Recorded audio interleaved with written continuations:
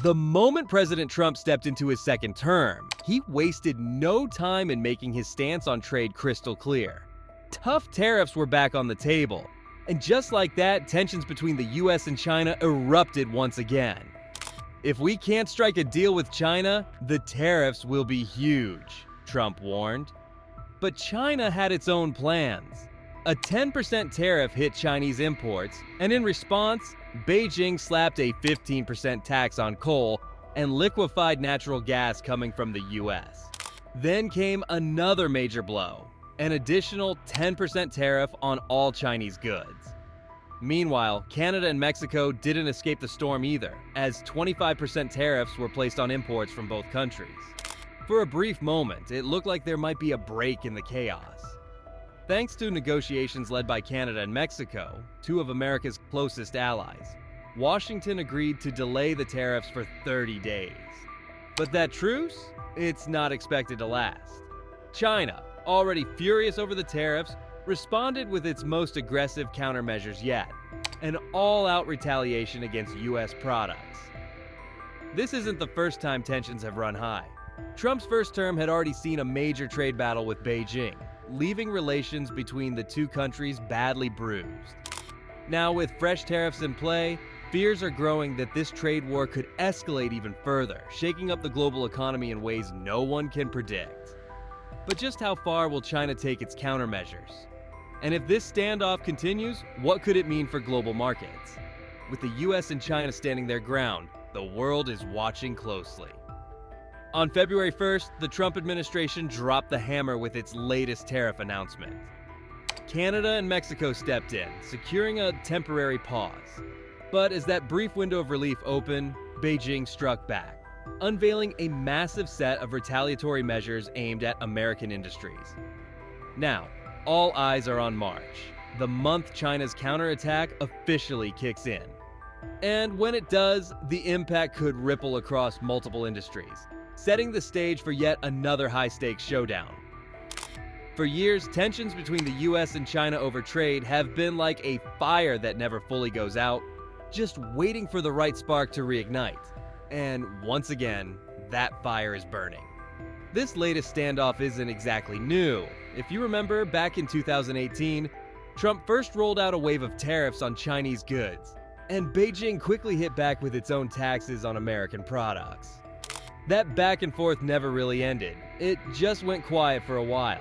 But now, the trade battle is back in full swing. China's latest round of countermeasures is turning heads, and for good reason. Here's what they've announced: a 10% tax on US coal and liquefied natural gas, LNG. A 15% tariff on crude oil from the US.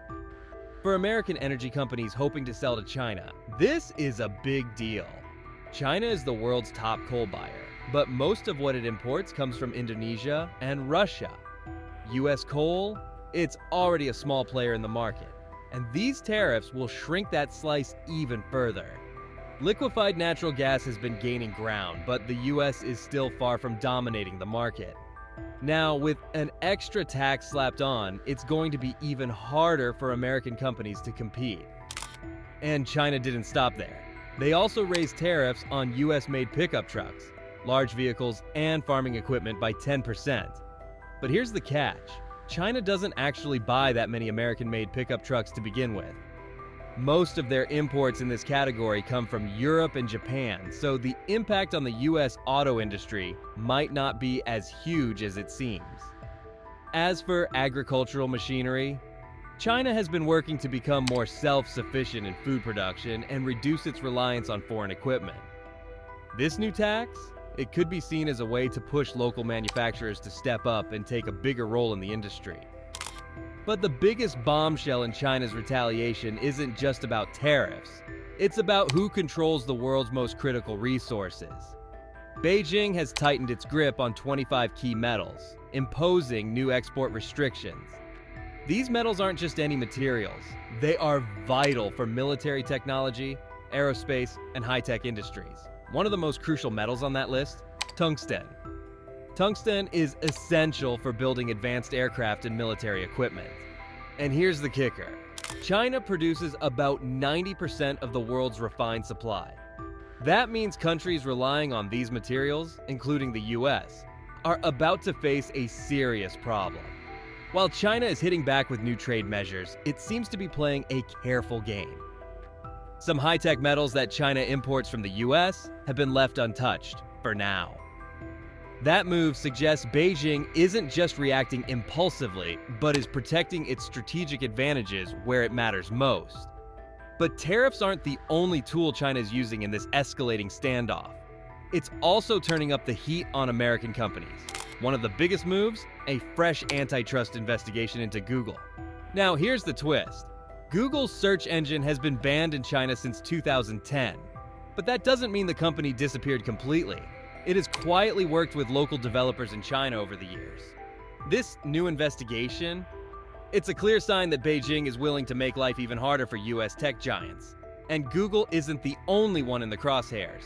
China has also added PVH Corp, the company behind fashion brands like Calvin Klein and Tommy Hilfiger, to its list of untrustworthy entities.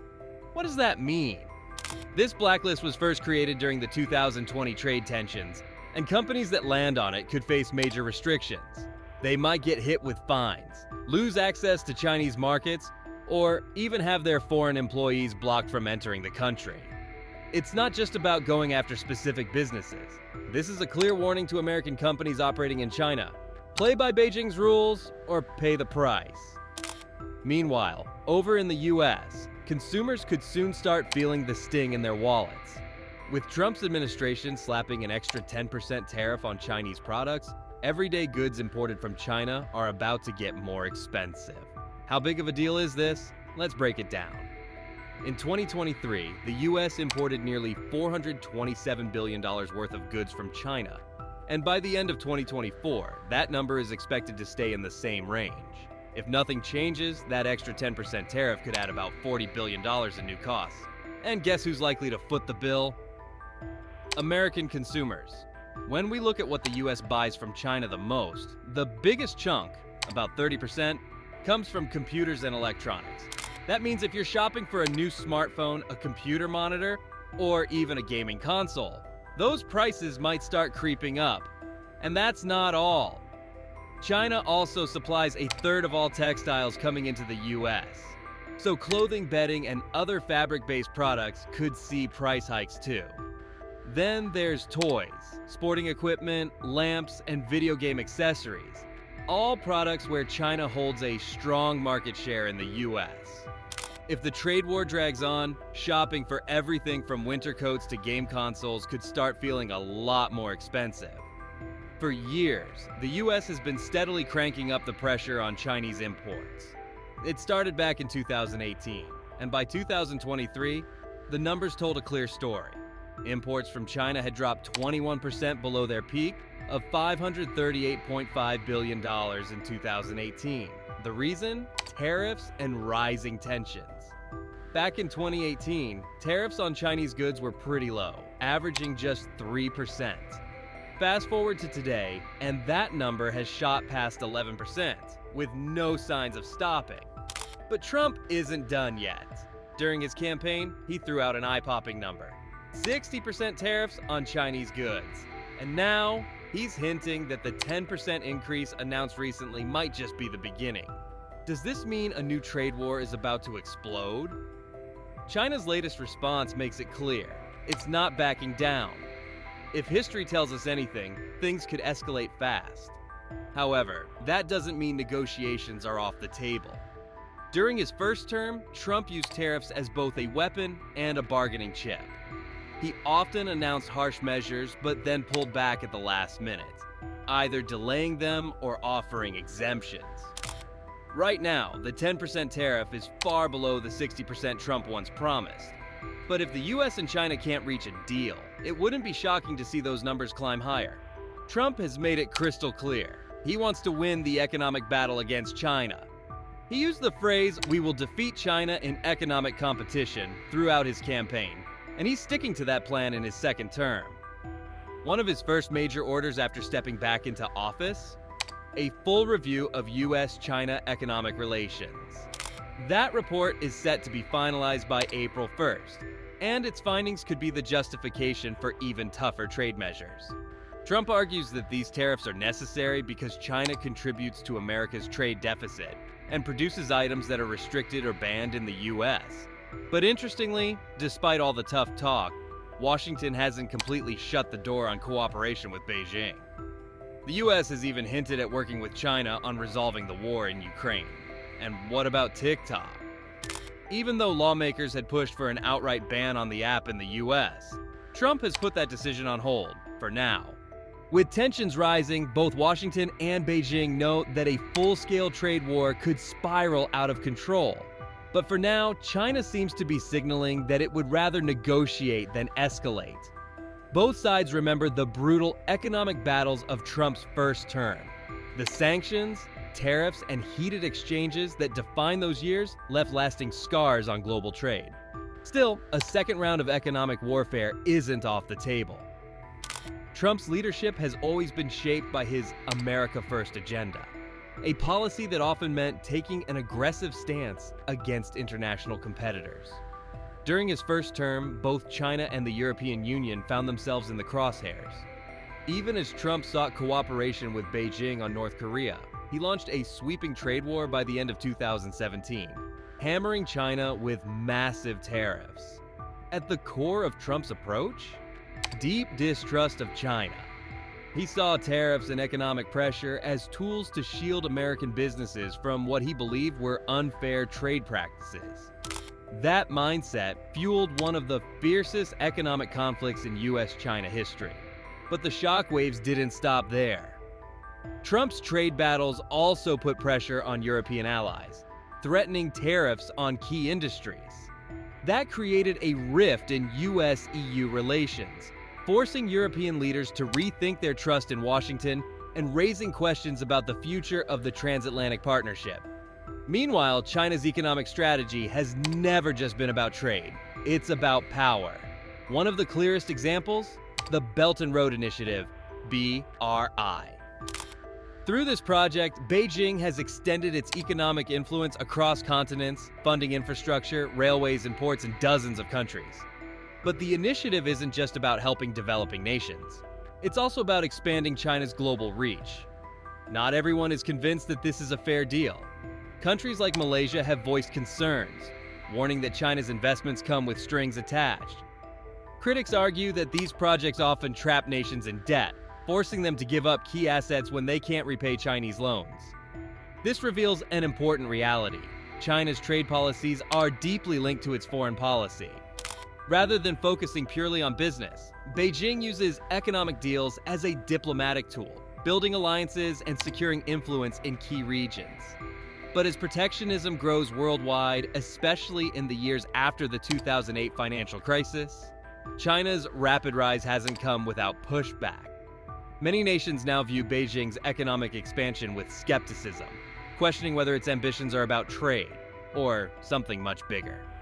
As global trade tensions heat up, many countries have started asking a tough question.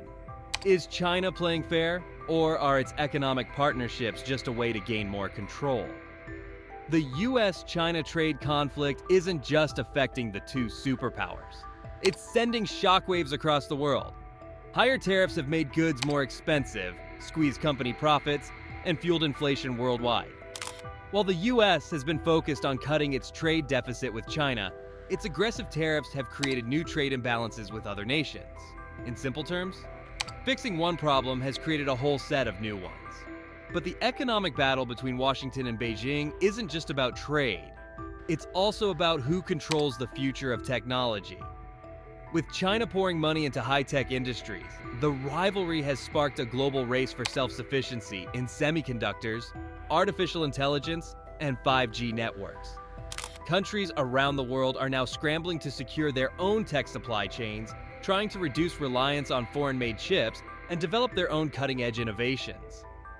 At the same time, rising nationalism and geopolitical tensions, especially in the South China Sea, are making international relations even more fragile. If this trade war spirals out of control, the damage won't be limited to the US and China.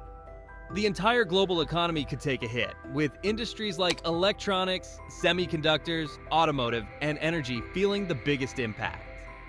Supply chains could break down, manufacturing costs could skyrocket, and everyday products could become even more expensive for consumers.